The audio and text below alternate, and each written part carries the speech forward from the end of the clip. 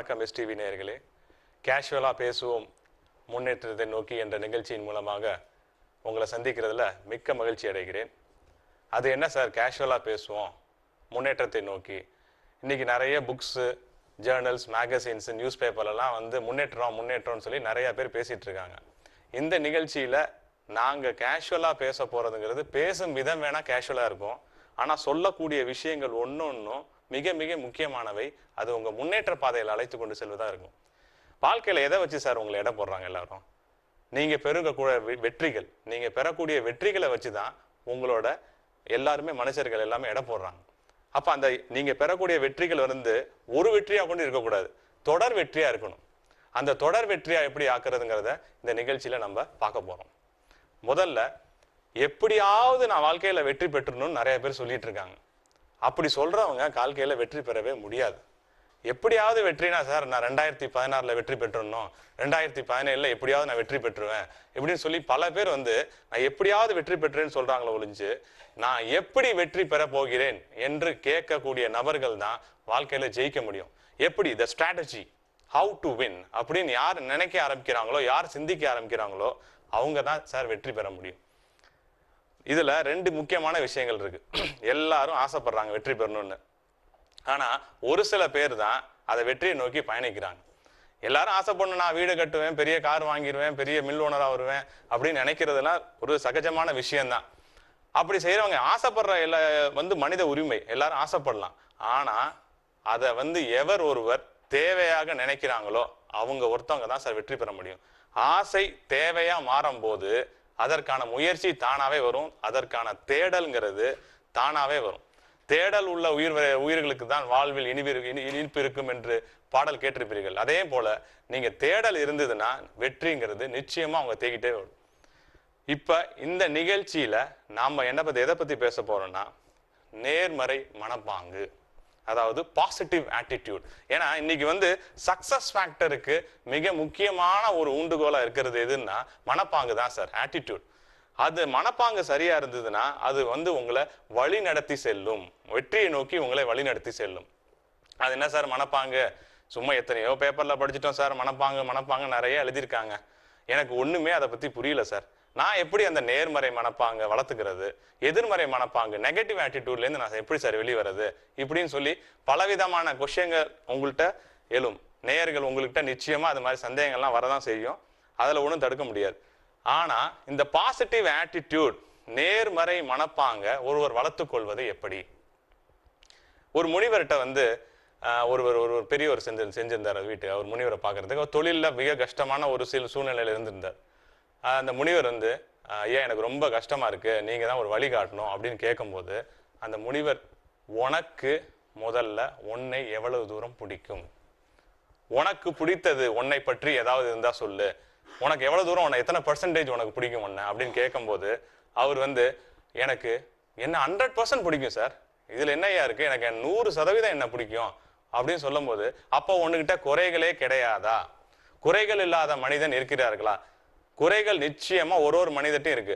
இப்ப நாம ஜென்ரலா என்ன பண்ணிட்டு இருக்கோம், அடுத்தவங்களை பத்தி குறை சொல்றதுன்னா ஜாலியா சக்கரை பொங்கல் வச்ச மாதிரி நிறைய விஷயங்களை குறை பேசிக்கிட்டே இருக்கோம். செல்போன் எடுத்தா சரி, உண்மையா நீங்களே சொல்லுங்க, செல்போன் எடுத்தா உங்களை பத்தி, உங்களோட வாழ்க்கை, உங்களோட முன்னேற்றத்தை பத்தி எவ்வளவு நேரம் பேசுறீங்க? பிறரோட வாழ்க்கை, பிறரோட முன்னேற்றம், பிறரோட குறை சொல்றதுல எவ்வளவு நேரம் பேசிட்டு இருக்கோம்? நம்மளோட நிறை குறைகளை நம்ம தெரிஞ்சுக்கிறோமா அப்படின்னு கேட்டோம்னா, பெரும்பாலானவர்கள் நம்மளோட நிறை குறைகளை பத்தி தெரிஞ்சுக்கிறதுக்கு முயற்சி செய்யறதே கிடையாது.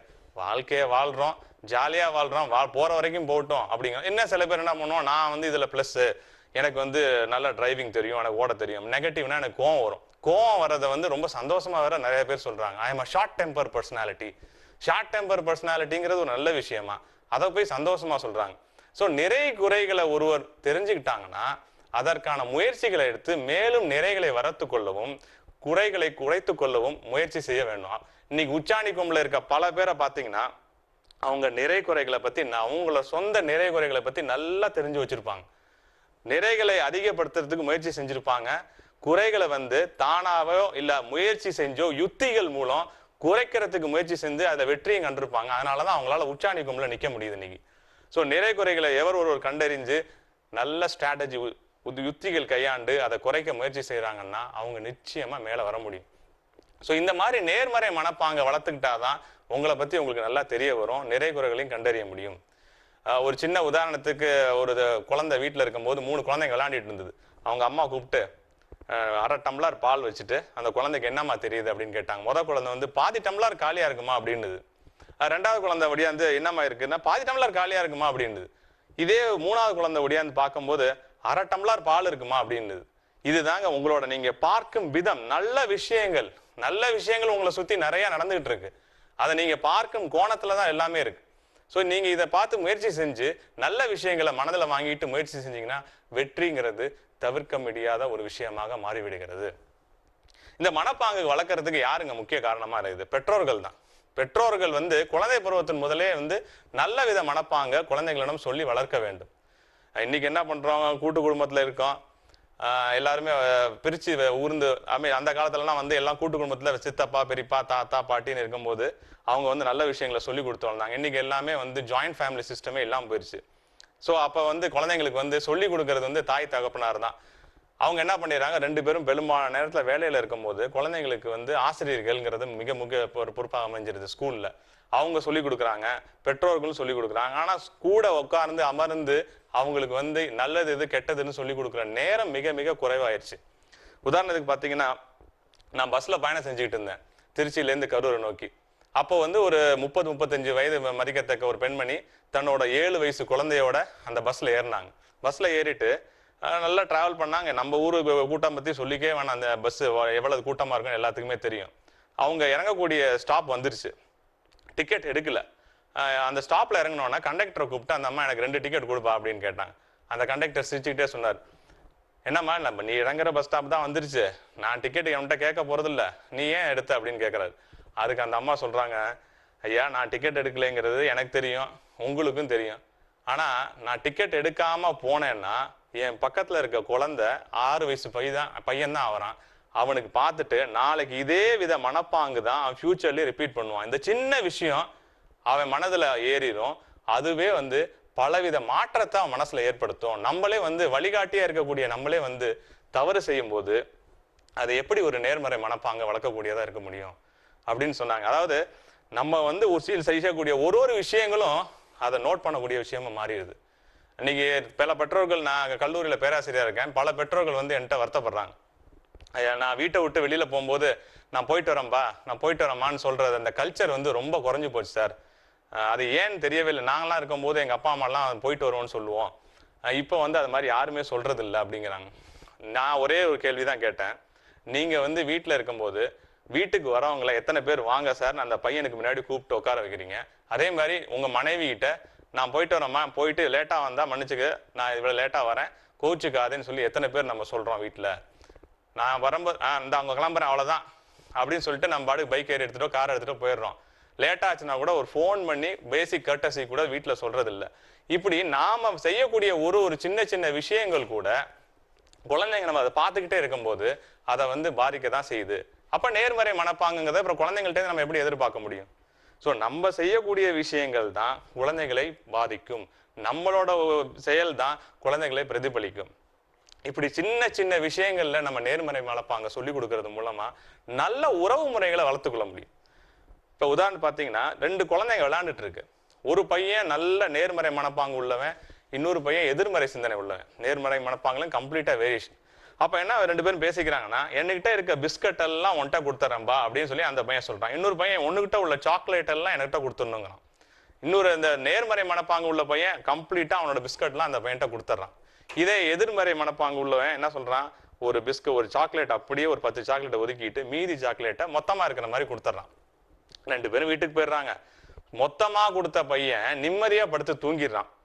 இதை பாதி கொடுத்துட்டு பாதி ஒளிய வச்ச பையன் என்ன நினைக்கிறான்னா, நான் பாதி ஒளிய வச்ச மாதிரி அந்த பையனும் என்கிட்ட பாதி ஒளிய வச்சுட்டு கொடுத்துருப்பானோ அப்படின்னு நினைக்கும் போது சுத்தமா அவனுக்கு தூக்கமே போயிருது. இது வந்து உறவு முறைகள்ல கூட பாதிக்கக்கூடிய அளவுக்கு நேர்மறை மனப்பாங்கு இருக்குது. இந்த நேர்மறை மனப்பாங்குனால என்ன ஆகும்னா, நல்ல விஷயங்கள் வளரக்கூடும். எதிர்மறை மனப்பாங்கு வளரும் போது எதிர்மறை சிந்தனை வளரக்கூடும். நெகட்டிவ் தாட்ஸ் மிகப்பெரிய மாற்றத்தை ஏற்படுத்துங்க. நீ கண்டிப்பா வாழ்க்கையில உருப்படவே மாட்ட, வாழ்க்கையில முன்னுக்கே வரமாட்ட, நீ எதற்கும் லாய்க்கு இல்லை, இது மாதிரி வார்த்தைகள் நம்மளை சுற்றி இருப்பவர்களிடம் நமக்கு அன்றாடம் வாழ்க்கை காதுல ஒழிச்சு கொண்டுதான் இருக்கும். அதுல இருந்து எப்படி சார் நான் வெளியில வர்றது? ஏன்னா எல்லா நேரத்திலையும் எல்லாத்துக்கிட்டும் ஊக்குவித்தல் எதிர்பார்க்க முடியுமான்னா முடியாதுதான். அப்ப அந்த மாதிரி வார்த்தைகள் வரும்போது அதை காதோட வாங்கிக்கிட்டு மனசுக்குள்ள ஏற்றிக்கொள்ளாதவாறு மிகப்பெரிய தடுப்பு செவரை நீங்க எடுத்துக்கொள்ள வேண்டும். மனசுக்குள்ள அதை வாங்கிட்டீங்கன்னு வச்சுங்க, இவன் உருப்படவே மாட்டான்னு சொன்ன உடனே அது நம்ம மனசுக்குள்ள போயிருச்சுன்னு வச்சுங்க, அதைவே ஒரு விதமான பதட்டத்தை ஏற்படுத்தி நம்மளை செயல் பெற்றவளா ஆக்கிவிடும். ஸோ நீங்க எதிர்மறை மனப்பாங்குகளை முடிஞ்ச வரைக்கும் அவாய்ட் பண்ணுங்க. நல்ல புக்ஸ், நிறைய நல்ல மியூசிக்ஸ், நல்ல இறை வழிபாடு, இதன் மூலமா நீங்க செய்யும் போது, அதெல்லாம் கண்டினியூஸா செய்யும் போது நமக்கு நேர்மறை மனப்பாங்கு வளரும்.